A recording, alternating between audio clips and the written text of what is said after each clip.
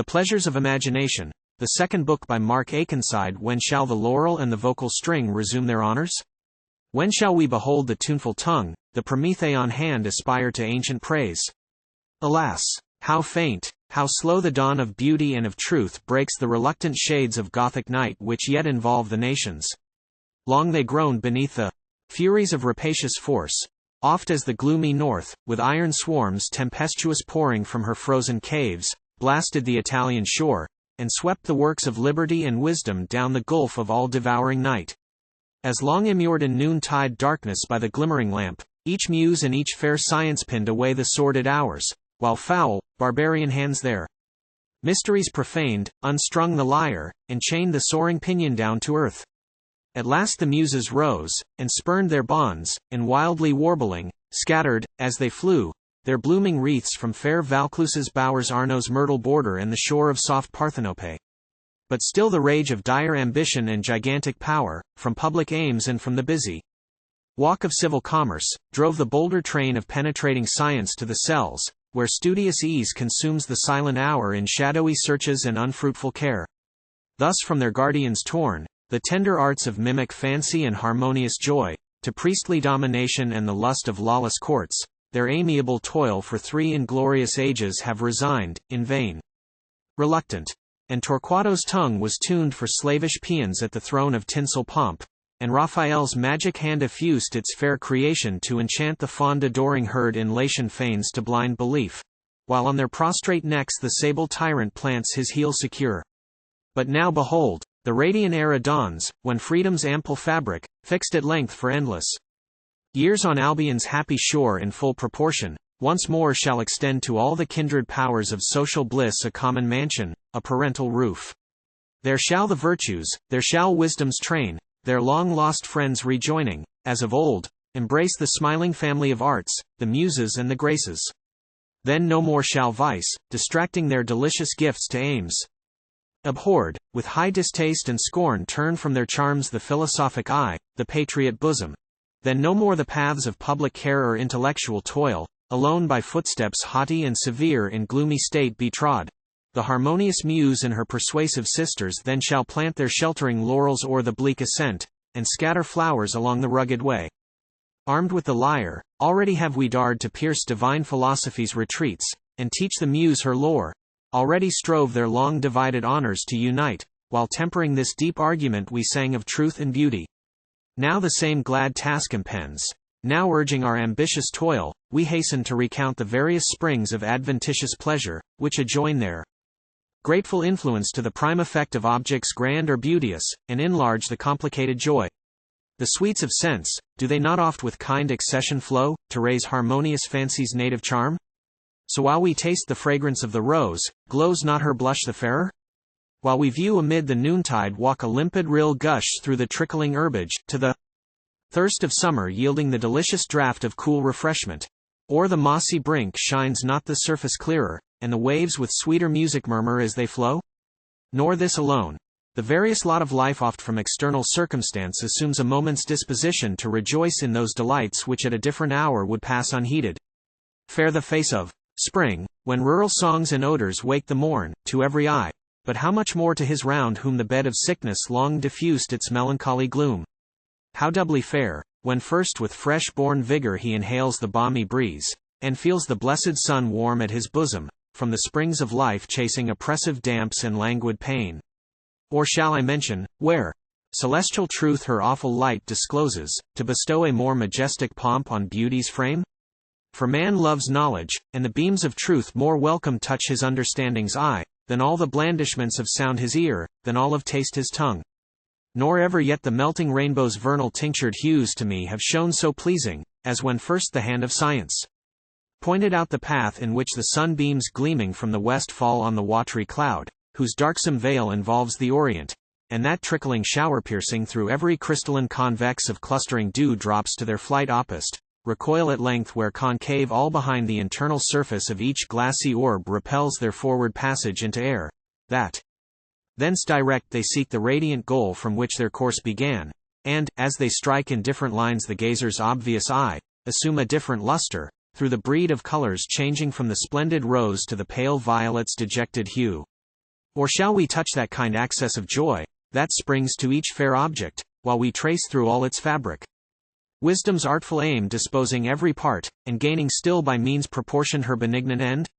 Speak, ye, the pure delight, whose favored steps the lamp of science through the jealous maze of nature guides, when haply you reveal her secret honors, whether in the sky, the beauteous laws of light, the central powers that wheel the pencil planets round the year, whether in wonders of the rolling deep, or the rich fruits of all-sustaining earth, are fine adjusted springs of life and sense, ye scan the counsels of their author's hand. What, when to raise the meditated scene, the flame of passion, through the struggling soul deep kindled, shows across that sudden blaze the object of its rapture, vast of size, with fiercer colors and a night of shade? What?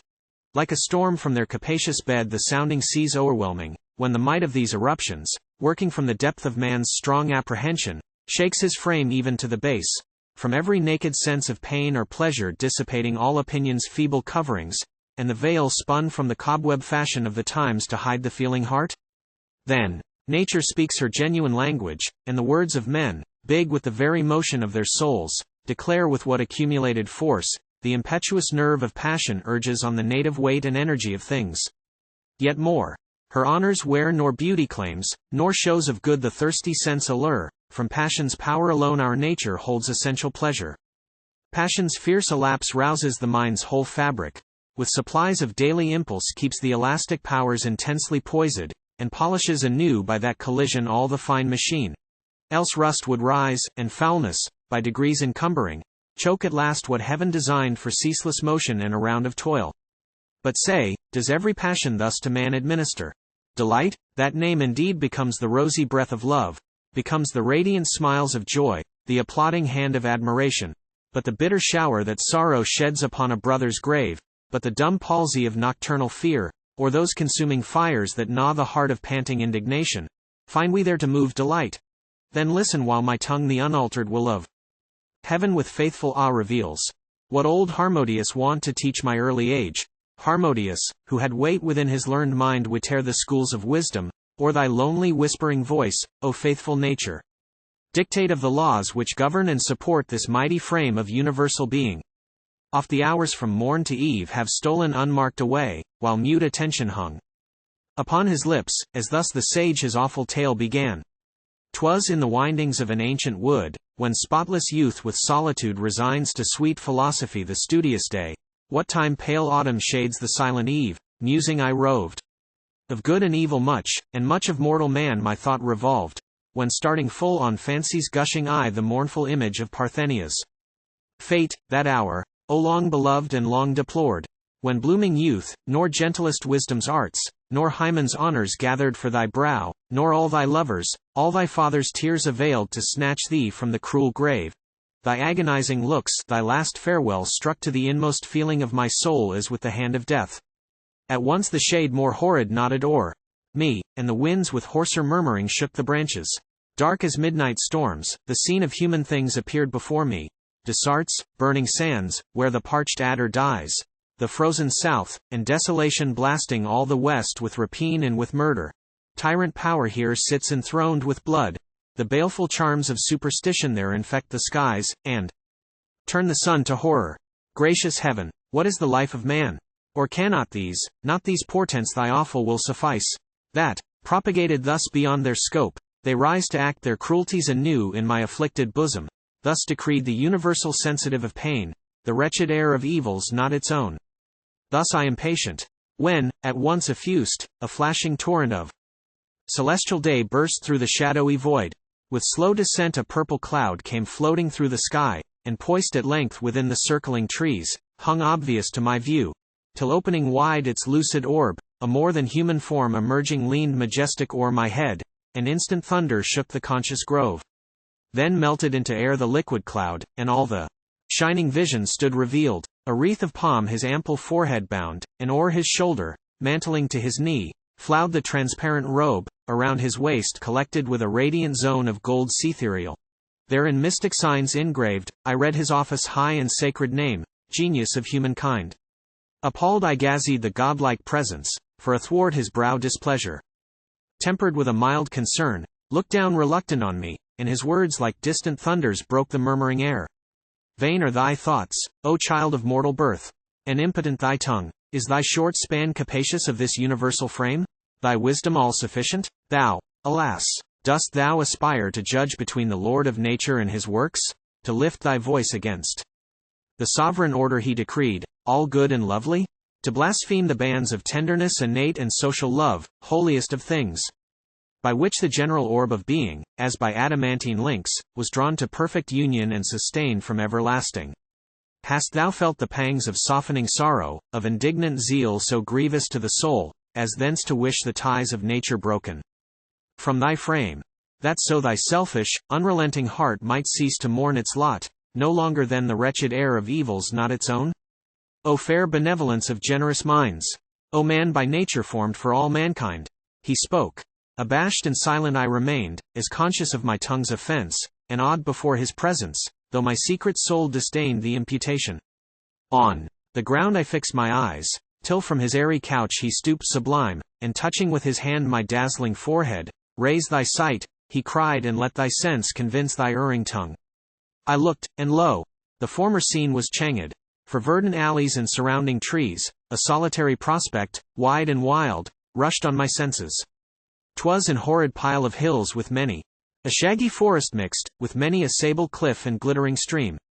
Aloft recumbent o'er the hanging ridge, the brown woods waved, while ever-trickling springs washed from the naked roots of oak and pine the crumbling soil, and still at every fall down the steep windings of the channeled rock, remurmuring rushed the congregated floods with hoarser inundation, till at last they reached a grassy plain, which from the skirts of that high desart spread her verdant lap, and drank the gushing moisture, where confined in one smooth current, o'er the lilied vale clearer than glass it flowed. Autumnal spoils luxuriant spreading to the rays of morn, blushed o'er the cliffs, whose half-encircling mound is in a sylvan theatre inclosed that flowery level. On the river's brink I spied a fair pavilion, which diffused its floating umbrage, mid the silver shade of osiers. Now the western sun revealed between two parting cliffs his golden orb, and poured across the shadow of the hills, on rocks and floods, a yellow stream of light that cheered the solemn scene. My listening powers were awed, and every thought in silence hung, and wondering expectation. Then the voice of that celestial power, the mystic show declaring, thus my deep attention called. Inhabitant of earth, to whom is given the gracious ways of providence to learn, receive my sayings with a steadfast ear. Know then, the sovereign spirit of the world, though self-collected from eternal time, within his own deep essence he beheld the bounds of true felicity complete, yet by immense benignity inclined to spread around him that primeval joy which filled himself. He raised his plastic arm, and sounded through the hollow depth of space the strong, creative mandate. Straight arose these heavenly orbs, the glad abodes of life effusive kindled by his breath divine through endless forms of being. Each inhaled from him its portion of the vital flame, in measure such, that, from the wide complex of coexistent orders, one might rise, one order, all-involving and entire. He too beholding in the sacred light of his essential reason, all the shapes of swift contingents, all successive ties of action propagated through the sum of possible existence, he at once, down the long series of eventful time, so fixed the dates of being, so disposed, to every living soul of every kind the field of motion and the hour of rest, that all conspired to his supreme design, to universal good, with full accord answering the mighty model he had chosen, the best and fairest of unnumbered worlds that lay from everlasting in the store of his divine conceptions. Nor content, by one exertion of creative power his goodness to reveal. Through every age, through every moment up the tract of time his parent hand with ever new increase of happiness and virtue has adorned the vast harmonious frame. His parent hand, from the mute shellfish gasping on the shore, to men, to angels, to celestial minds forever leads the generations on to higher scenes of being, while supplied from day to day with his enlivening breath, inferior orders in succession rise to fill the void below. As flame ascends, as bodies to their proper center move, as the poised ocean to the attracting moon obedient swells, and every headlong stream devolves its winding waters to the main, so all things which have life aspire to God, the Son of Being, boundless, unimpaired, center of souls. Nor does the faithful voice of nature cease to prompt their eager steps aright, nor is the care of heaven withheld from granting to the task proportioned aid, that in their stations all may persevere to climb the ascent of being, and approach forever nearer to the life divine. That rocky pile thou seest, that verdant lawn fresh watered from the mountains. Let the scene paint, in thy fancy, the primeval seat of man, and where the will supreme ordained his mansion, that pavilion fair diffused along the shady brink, in this recess to where the appointed season of his youth, till riper hours should open to his toil the high communion of superior minds, of consecrated heroes and of gods. Nor did the Sire omnipotent forget his tender bloom to cherish, nor withheld celestial footsteps from his green abode. Oft from the radiant honors of his throne, he sent whom most he loved, the sovereign fair, the effluence of his glory, whom he placked before his eyes forever to behold. The goddess from whose inspiration flows the toil of patriots, the delight of friends, without whose work divine, in heaven or earth, not lovely, not propitious comes to pass, nor hope, nor praise, nor honor. Her the Sire gave it in charge to rear the blooming mind, the folded powers to open, to direct the growth luxuriant of his young desires, and from the laws of this majestic world to teach him what was good. As thus the nymph her daily care attended, by her side with constant steps her gay companion stayed, the fair Euphrosyne, the gentle queen of smiles, and graceful gladness, and delights that cheer alike the hearts of mortal men and powers immortal. See the shining pair, behold, where from his dwelling now disclosed they quit their youthful charge and seek the skies. I looked, and on the flowery turf there stood between two radiant forms a smiling youth whose tender cheeks displayed the vernal flower of beauty. Sweetest innocence illumed his bashful eyes, and on his polished brow sat young simplicity. With fond regard he viewed the associates, as their steps they moved. The younger chief his ardent eyes detained, with mild regret invoking her return. Bright as the star of evening she appeared amid the dusky scene. Eternal youth o'er all her form its glowing honors breathed, and smiles eternal from her candid eyes flowed, like the dewy luster of the morn effusive trembling on the placid waves. The spring of heaven had shed its blushing spoils to bind her sable tresses, full diffused her yellow mantle floated in the breeze, and in her hand she waved a living branch rich with immortal fruits, of power to calm the wrathful heart, and from the brightening eyes, to chase the cloud of sadness. More sublime the heavenly partner moved. The prime of age compassed her steps. The presence of a god, high on the circle of her brow enthroned, from each majestic motion darted awe, devoted awe. Till, cherished by her looks benevolent and meek, confiding love to filial rapture softened all the soul. Free in her graceful hand she poised the sword of chaste dominion, and heroic crown displayed the old simplicity of pomp around her honored head. A matron's robe, white as the sunshine streams through vernal clouds, her stately form invested. Hand in hand the immortal pair forsook the enameled green, ascending slowly. Rays of limpid light gleamed round their path. Celestial sounds were heard, and through the fragrant air ethereal dews distilled around them, till at once the clouds disparting wide in midway sky, withdrew their airy veil, and left a bright expanse of empyrean flame, where spent and drowned, afflicted vision plunged in vain to scan what object it involved. My feeble eyes endured not. Bending down to earth I stood, with dumb attention. Soon a female voice, as watery murmurs sweet, or warbling shades, with sacred invocation thus began. Father of gods and mortals, whose right arm with reins eternal guides the moving heavens, bend thy propitious ear. Behold, well pleased I seek to finish thy divine decree. With frequent steps I visit yonder seed of man, thy offspring, from the tender seeds of justice and of wisdom, to evolve the latent honors of his generous frame, till thy conducting hand shall raise his lot from earth's dim scene to these ethereal walks, the temple of thy glory. But not me, not my directing voice he oft requires, or hears delighted. This enchanting maid, the associate thou hast given me, her alone he loves, O Father. Absent, her he craves, and but for her glad presence, ever joined, rejoices not in mine. That all my hopes this thy benignant purpose to fulfill, I deem uncertain, and my daily cares unfruitful all in vain, unless by thee still farther aided in the work divine. She ceased. A voice more awful thus replied, O thou, in whom forever I delight, fairer than all the inhabitants of heaven, best image of thy author. Far from thee be disappointment, or distaste, or blame, who soon or late shalt every work fulfill, and no resistance find. If man refuse to hearken to thy dictates, or allured by meaner joys, to any other power transfer the honors due to thee alone. That joy which he pursues he ne'er shall taste, that power in whom delighteth ne'er behold. Go then, once more, and happy be thy toil. Go then. But let not this thy smiling friend partake thy footsteps.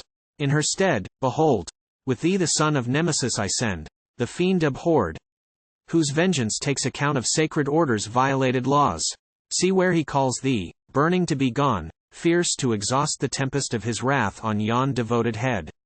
But thou, my child, control his cruel frenzy, and protect thy tender charge, that when despair shall grasp his agonizing bosom, he may learn, then he may learn to love the gracious hand alone sufficient in the hour of ill, to save his feeble spirit.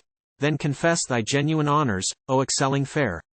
When all the plagues that wait the deadly will of this avenging demon, all the storms of night infernal, serve but to display the energy of thy superior charms with mildest awe triumphant o'er his rage, and shining clearer in the horrid gloom.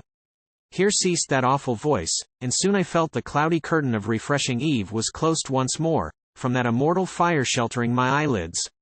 Looking up, I viewed a vast gigantic spectre striding on through murmuring thunders and a waste of clouds, with dreadful action. Black as night his brow relentless frowns involved. His savage limbs with sharp impatience violent he writhed, as through convulsive anguish, and his hand, armed with a scorpion lash, full oft he raced in madness to his bosom, while his eyes rained bitter tears, and bellowing loud he shook the void with horror.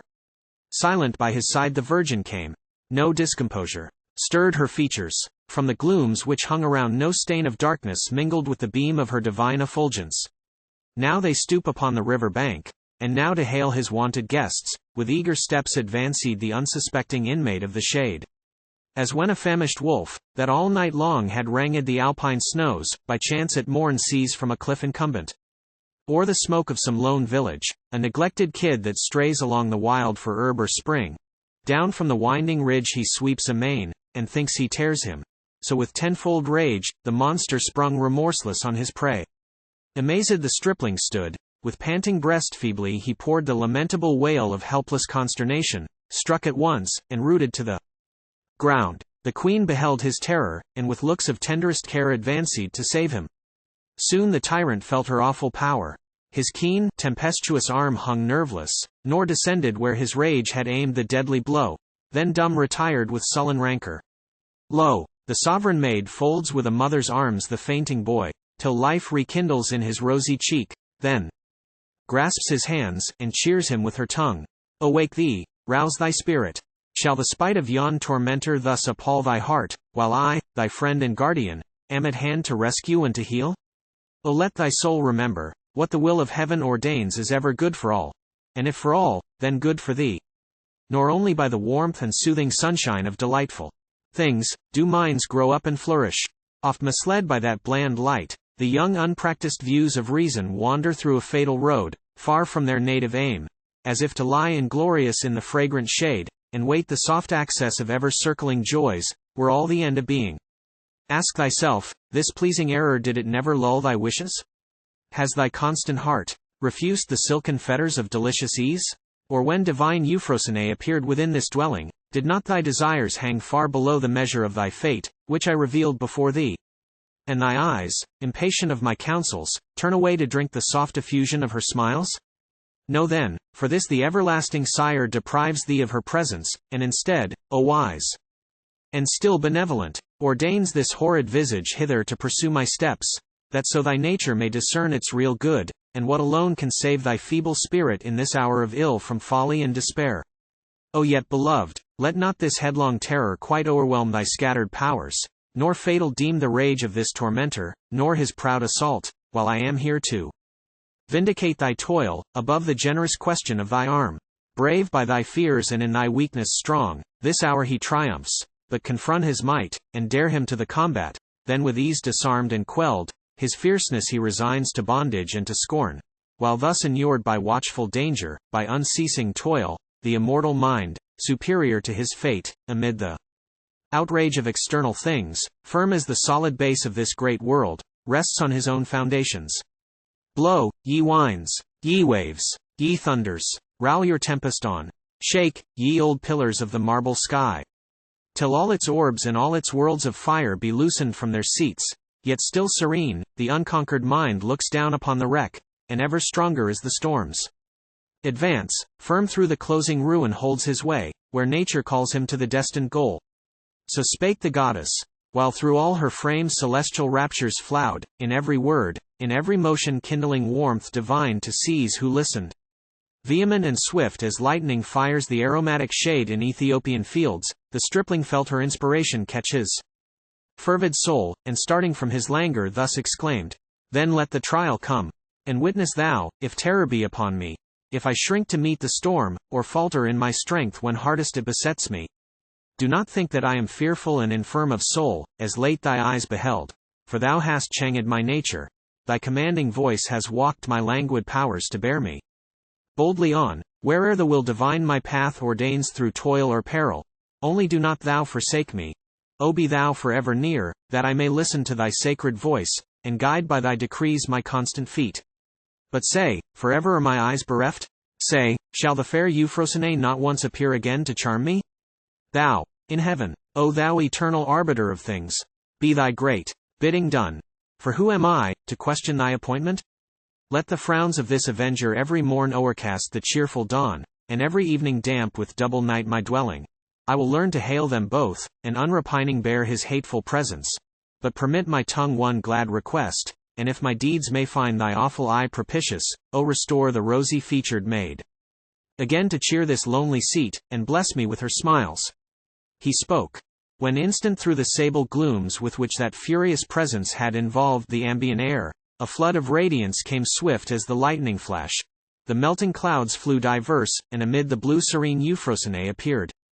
With sprightly step the nymph alighted on the irriguous lawn, and to her wondering audience thus began, "Lo, I am here to answer to your vows, and be the meeting fortunate. I come with joyful tidings, we shall part no more. Hark! How the gentle echo from her cell talks through the cliffs, and murmuring o'er the stream repeats the accents, we shall part no more. O my delightful friends, well pleased on high the Father has beheld you, while the might of that stern foe with bitter trial proved your equal doings.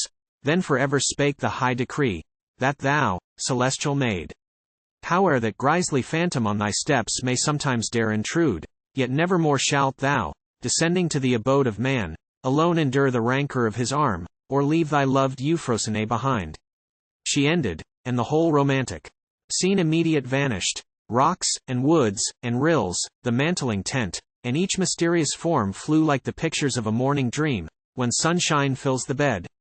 But while I stood perplexed and giddy, till the radiant power who bade the visionary landscape rise, as up to him I turned, with gentlest looks preventing my enquiry, thus began. "There let thy soul acknowledge its complaint how blind, how impious. There behold the ways of heaven's eternal destiny to man, forever just, benevolent and wise. That virtue's awful steps, howe'er pursued by vexing fortune and intrusive pain, should never be divided from her chaste, her fair attendant, pleasure. Need I urge thy tardy thought through all the various round of this existence, that thy softening soul at length may learn what energy the hand of virtue mingles in the bitter tide of passion swelling with distress and pain, to mitigate the sharp with gracious drops of cordial pleasure? Ask the faithful youth, why the cold urn of her whom long he loved so often fills his arms, so often draws his lonely footsteps at the silent hour, to pay the mournful tribute of his tears? Oh, he will tell thee, that the wealth of worlds should ne'er seduce his bosom to forego that sacred hour, when, stealing from the noise of care and envy, sweet remembrance soothes with virtue's kindest looks his aching breast, and turns his tears to rapture.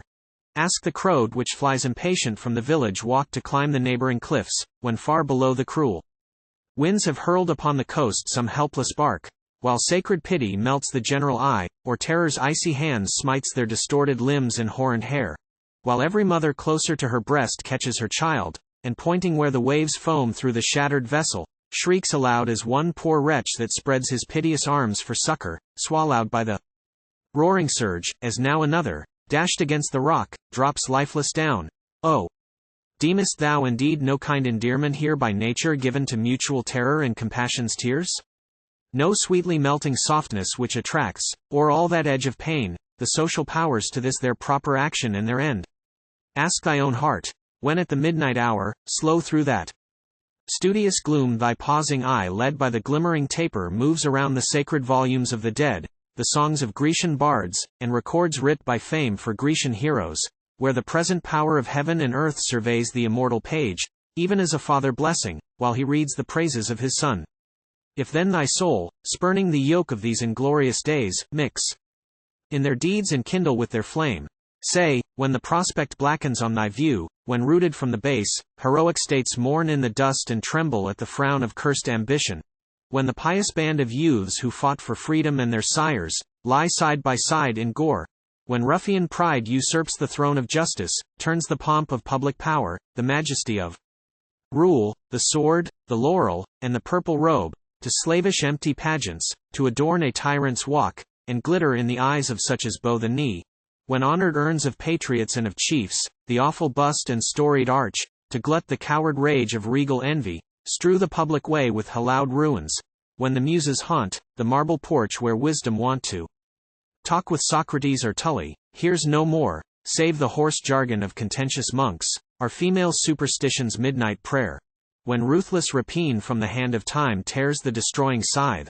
with surer blow to sweep the works of glory from their base, till desolation o'er the grass-grown street expands his raven wings, and up the wall, where senates once the price of monarchs doomed, hisses the gliding snake through hoary weeds that clasp the mouldering column, thus defact, thus widely mournful when the prospect thrills thy beating bosom, when the patriot's terror starts from thine eye, and thy extended arm in fancy hurls the thunderbolt of Jove to fire the impious wreath on Phillips or Octavius from the trophied car, say, does thy secret soul repine to taste the big distress? Or wouldest thou then exchange those heart-ennobling sorrows for the lot of him who sits amid the gaudy herd of mute barbarians bending to his nod, and bears aloft his gold-invested front, and says within himself, I am a king, and wherefore should the clamorous voice of woe intrude upon mine ear? The baleful dregs of these late ages, this inglorious draught of servitude and folly, have not yet, blessed be the eternal ruler of the world, defilled to such a depth of sordid shame the native honors of the human soul, nor so effaced the image of its sire,